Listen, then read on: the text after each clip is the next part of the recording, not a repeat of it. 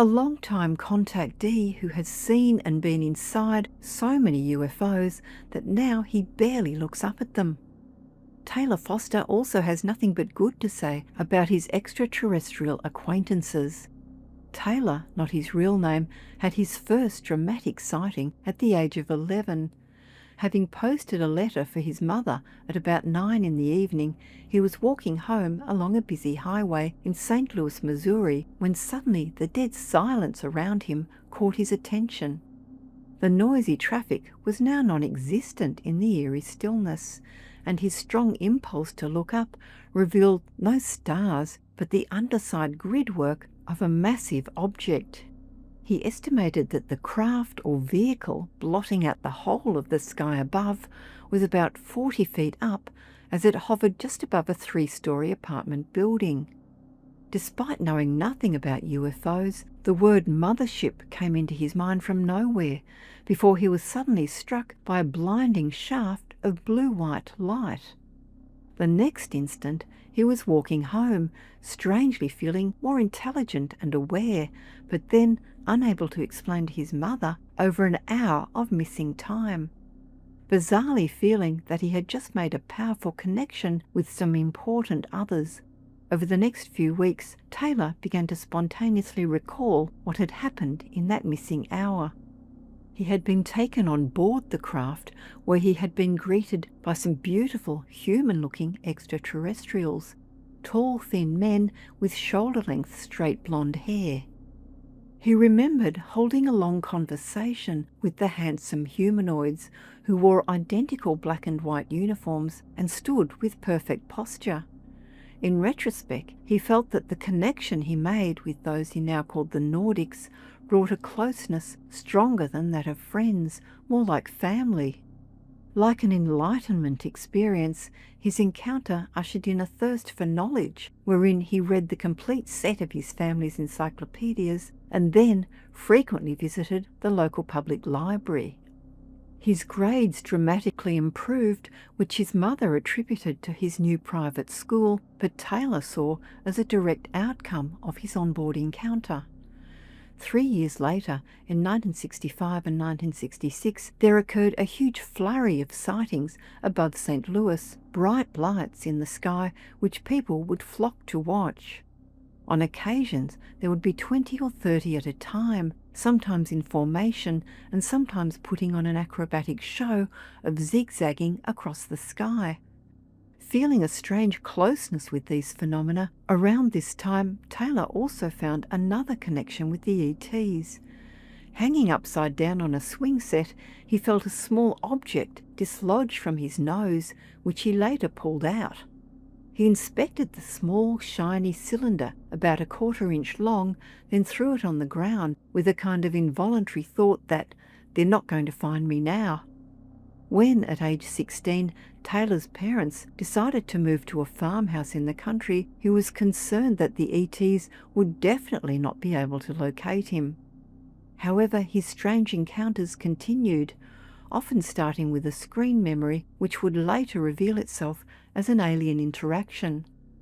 While on a walk, he was aware of 2 deer watching him, but the strange figures became 2 greys, who led him to a craft in the forest clearing. A year later, while on another walk, he saw through the trees a white figure hovering above the road. He approached the seemingly female being, who wore a white tunic or dress, and had a conversation with her, then registering it as a close-up encounter with an unusually large owl. In both cases, the screen memory gave way to the actual reality, although Taylor was unable to recall details of both conversations. Taylor's family became involved when 2 further sightings suggested that the craft were reacting to his actions. In 1970, a big family gathering was witness to a silvery metallic saucer-shaped object hovering just above the trees behind their house. Multicoloured lights pulsated in rhythm, moving around its perimeter as everyone gaped.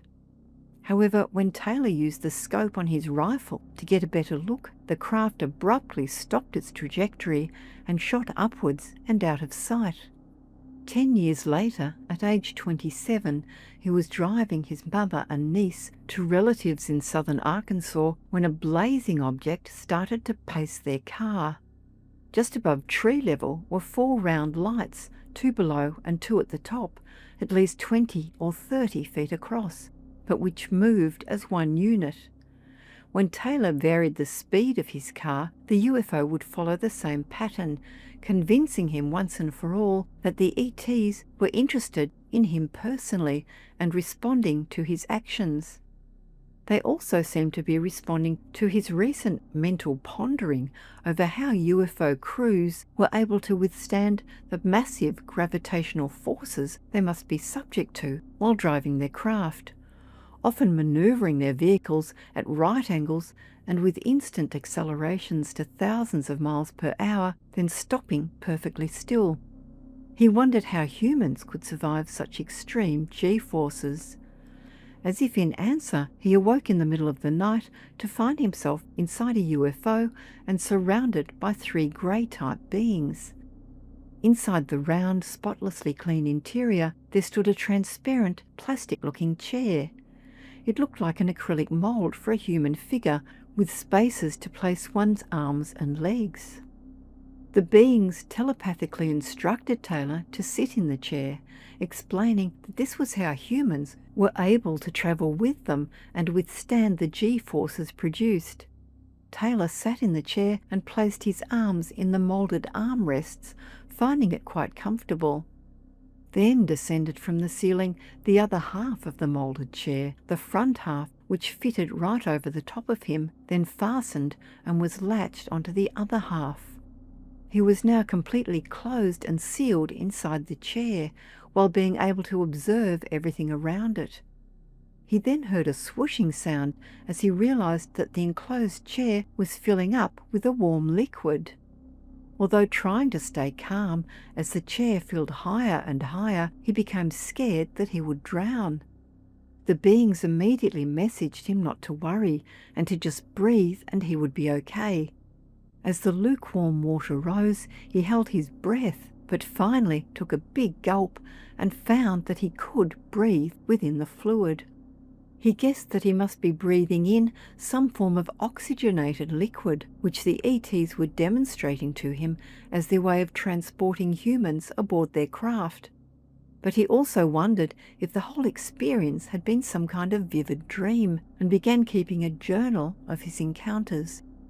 Now working as a chiropractor, it became clear that he was also living in some kind of UFO hotspot. In addition, after meeting his partner-to-be Karen, she was quick to realize that he seemed to be followed by the alien craft. There were UFO sightings occurring around them day and night, some involving rectangular or triangular-shaped vessels high overhead that would then dart away, others anomalous star-like objects hovering closely at treetop level. On one occasion, a lit-up football-shaped UFO paced their car for miles, then followed them back home. Taylor was concerned when in 2004, greys began also taking an interest in Karen. He awoke to see a grey leaning over her one night, and on another occasion she told him that her lower pyjama garments had been removed during the night. Later that day, she found an unusual mark on her abdomen, a nickel-sized bruise with a puncture mark at the centre. Seeing that it was right over her left ovary, Taylor was racked with guilt, as Karen had asked that he tell the ETs to leave her alone. There were other strange symptoms which suggested that her reproductive capacities were being examined. Taylor experienced some interesting interactions with the greys, such as their demonstrations of how they dissolve walls and walk through them. On September 1st, 2005, he had another close encounter for a surprising reason. He had just nicked a small growth on his left cheek when he was shaving, and Karen suggested he have the cyst removed.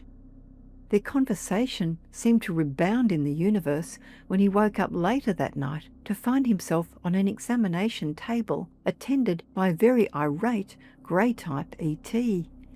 The ET telepathically scolded Taylor for going through way too many implants and said that he would replace this one with one that he would never find. Taylor later recalled the small object that he had pulled out of his nose as a child. The following morning, the cyst was gone, leaving no scar, and the skin over it disappeared within 3 days. Taylor now has over 200 entries in his journal, and his and Karen's daily UFO sightings no longer surprise him. While his encounters are a well-kept secret, he continues to value his positive connections with the ETs. If you're enjoying this video, don't forget to hit like. It really helps to keep the channel growing. And if you're new here, subscribe and tap the bell icon so you never miss our latest videos. We've got lots of strange and fascinating stories coming up, and we'd love to have you along for the journey. And now we have a bonus story for you. In early 1918, at a time when Germany needed every U-boat it could rally, Admiral Schroeder, who was head of the submarine fleet, was beside himself on hearing that all crew members of UB-65 were requesting transfers to other vessels. The reason given was that UB-65 was haunted. Schroeder arranged to visit the submariners at Wilhelmshaven. There he summoned the crew and announced to them that, despite their extraordinary claims, and given that he was a reasonable man who understood their fears, he would be spending a night alone in the submarine to see if there was any substance to their stories. This he did. The following morning, the crew were brought from their shore barracks to meet with Schroeder again as he emerged from the conning tower of the vessel, appearing very bright and relaxed.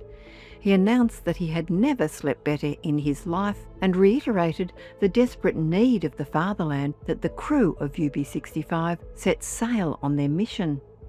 All talk of ghosts and hauntings should be put aside. Little did the assembled men know that someone else at the port, acting on instructions from the German Imperial Navy, had arranged for a priest to carry out an exorcism on board the submarine later in the day. Perhaps the Admiral had seen something, but it was also known that the chilling presences were at their worst when the sub was way out in the lonely ocean and far from the reassurances and safety of shore. The short history of UB-65 was very troubled, leading to rumblings of many involved with the craft that it was in some way jinxed.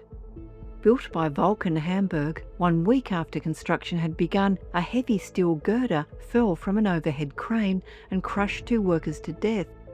Later, when the engine was being fitted, 3 more workers were overwhelmed with fumes and perished. The terrible events continued after the sub was launched on June 26, 1917, when, on a trial run out to sea, a crew member was swept overboard and never seen again. Then, when UB-65 conducted its first underwater test, a fracture occurred in a ballast tank, creating a serious leak which caused the submarine to sink to the bottom of the sea. The crew had no means of renewing the oxygen in the vessel, and for 12 agonizing hours the boat was stuck in the depths. The crew fought for their lives, and when they finally managed to raise the submarine to the surface, they struggled from the hatches, gasping for air. Toxic fumes released by floodwater seeping into the batteries had spread throughout the craft, so that on resurfacing all crew were violently ill. As a result, 2 men later died in hospital. At this stage, all were convinced that the craft was fatally cursed. While officers tried to quell such notions, the very next day saw even worse disasters. As the torpedoes were loaded, in preparation for the sub's first war mission, one of them exploded. 8 of the seamen perished, including the craft's second-in-command, Lieutenant Richtor, and 9 other sailors were seriously wounded. With replacements drafted in and continued preparations for the sub's first mission, its captain, Lieutenant Commander Gustav Schell, was decidedly irate when a terrified crew member rushed up to him and the chief navigator as they discussed their route. Hysterically, he related that he had just seen Lieutenant Richtor come on board and walk to the bow. The Spectre had then turned to the conning tower and stood there as he had always done, with his arms folded. Shell angrily accused the man of being drunk, whereupon he stated that Gunner Peterson had also seen the lieutenant. The captain and 2 other officers immediately went searching for Peterson, whom they found virtually in fetal position, squatting on the lower deck of the submarine. Shell called for the chaplain, who spent an hour counselling the traumatised man, but his efforts were wasted. Just before UB-65 set sail, Gunner Peterson was nowhere to be seen. His desertion of the ship further dragged down the morale of the nervous crew. As it happened, the submarine's first mission was very successful, sinking 3 enemy ships and seriously damaging a 4th without any casualties amongst the crew. However, 3 weeks in, when the boat was on patrol in the English Channel, the starboard lookout watchman was caught off guard in rough weather. As heavy seas broke over the deck, he was shocked to see a figure dressed in an officer's overcoat standing alone among the breakers. He knew that all the ship's hatches were fastened tight and wondered why this man was not being washed overboard. He immediately shouted to the captain, "There is a ghost!" After a while, when the captain reached the top of the conning tower, he also saw the figure and recognised Lieutenant Richtor. Then, under the gaze of these 2 men, the man disappeared. The captain now had to admit that the ghost rumour was true and wrote the matter into a report submitted to his superiors. When the apparition had turned towards him, he had recognised the figure of Lieutenant Richtor, now 4 weeks dead and buried in the Seamen's Cemetery at Wilhelmshaven. On the ship's return to base and report of Richtor's apparent materialisation, the sub was closely examined for leaking fumes that may have caused a hallucination, but nothing unusual found. Crew members were now requesting transfers en masse, and officers' threats of punishment for talk of ghosts only increased tension on board what the submariners called their steel coffin. In May 1918, a gunner on UB-65 appeared to be having a breakdown when he rushed into the control room, shouting that Lieutenant Richtor had just appeared standing by the bow torpedo tubes. Hysterical, he was sedated with morphine, a few hours later appearing to have calmed down and allowed back on board. However, he was to then walk out on deck and throw himself overboard. His sighting triggered further mishaps when, a week later, an officer was swept overboard. Then the chief engineer broke his leg on a ladder. In another incident, whilst under attack from depth charges, the sub's coxswain was thrown to the deck, cracked 3 ribs and succumbed to internal injuries a week later. Another senseless loss was that of Oberlieutenant Karl Honig. After patrolling the Dover Straits during February 1918, UB-65 docked in Bruges just as British aircraft began a bombing raid. Honig was said to have been decapitated by flying shrapnel. When he stepped down the gangplank, his headless body thrown back onto the deck. There he was laid for some time while covered with a canvas shroud. That same night, an officer and 8 crewmen said they witnessed Second Officer Richtor's ghost again, standing by Honig's lifeless figure. Now the whole crew of the UB-65 were applying for a transfer. The German Navy were very concerned about the inactive U-boat and arranged for yet another exorcism of the ship, as well as an investigation by a Commodore. By midsummer of 1918, as Germany was losing the war, U-boat losses were so bad that none would be unnecessarily laid off, so UB-65 was returned to service. On June 30th, the ill-fated craft set out on what was to be its final mission. Accounts confirm that US submarine L2 was patrolling off the coast of Ireland when its lookouts spotted UB-65. The German sub was listing heavily on the water's surface and seemingly disabled. American skipper Lieutenant Foster accordingly guided his sub around it, hoping to line up a torpedo shot. Moving into position, he was just about to let loose with torpedo fire when, in another bizarre twist to its fateful story, UB-65 blew up before his eyes and descended. The American submarine had never fired one shot at the moribund vessel before the huge explosion, which raised it up on its bows only to sink to the bottom of the Atlantic. The cause of the explosion was never known. There were no survivors from the UB-65 crew of 37, and no bodies were ever recovered. The sound of small propellers and an underwater signalling device were audible for a short while after the explosion, and according to paranormal researcher Tony Allan, Lieutenant Foster thought he saw someone on deck before the final fracas. The figure was dressed in a German officer's overcoat and standing near to the bow with folded arms, perhaps Lieutenant Richtor making one last appearance. UB-65's sailing commission, though successful in the sinking of 7 enemy ships, had lasted less than a year. As a kind of footnote to the eerie and unexplained demise of UB-65, researcher Roy Bainton has written of a strange occurrence on July 10, 1968, almost exactly 50 years to the day. A man from Baltimore named Sven Morgans Larsen and his wife June were sailing on their yacht Grey Seal off the Irish coast.